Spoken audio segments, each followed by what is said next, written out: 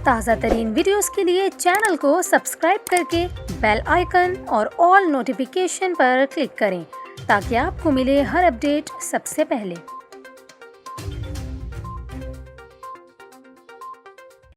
और अभी आपको बताएं, रवां साल मौसम सरमा में गैस की किल्लत तारीख की बुलंद तरीन सतह पर जाने के खदशे का इजहार किया गया है। सुई नॉर्दर्न के जराये का यह कहना है कि मौसम सरमा में गैस की शदीद किल्लत का सामना हो सकता है, जबकि मकामी गैस 750 मिलियन क्यूबिक फीट मिल रही है और दरामदी RLNG 1000 MCFD के लगभग है। जराये के मुताबिक मौसम तब्दील होते ही गैस की तलब बढ़ने लगी है, जिसके बायस इस साल गैस का शॉर्टफॉल बुलंद तरीन सतह पर जाने का इम्कान है। जराये ने बताया है कि इस वक्त गैस की सप्लाई 1700 मिलियन और तलब 250 मिलियन क्यूबिक से ज़ायद है। अगले महीने गैस की तलब में कई गुना इजाफा हो सकता है, जिसके बायस घरेलू सारिफिन को सिर्फ खाने के 3 औकात गैस मिलेगी, जबकि सनत और कमर्शियल सेक्टर को भी गैस सप्लाई मुश्किल होगी। दूसरी जानिब कराची समेत सुई सदरन के तहत आने वाले मुख्तलिफ इलाकों में घरेलू सारिफिन को कम गैस प्रेशर का सामना है।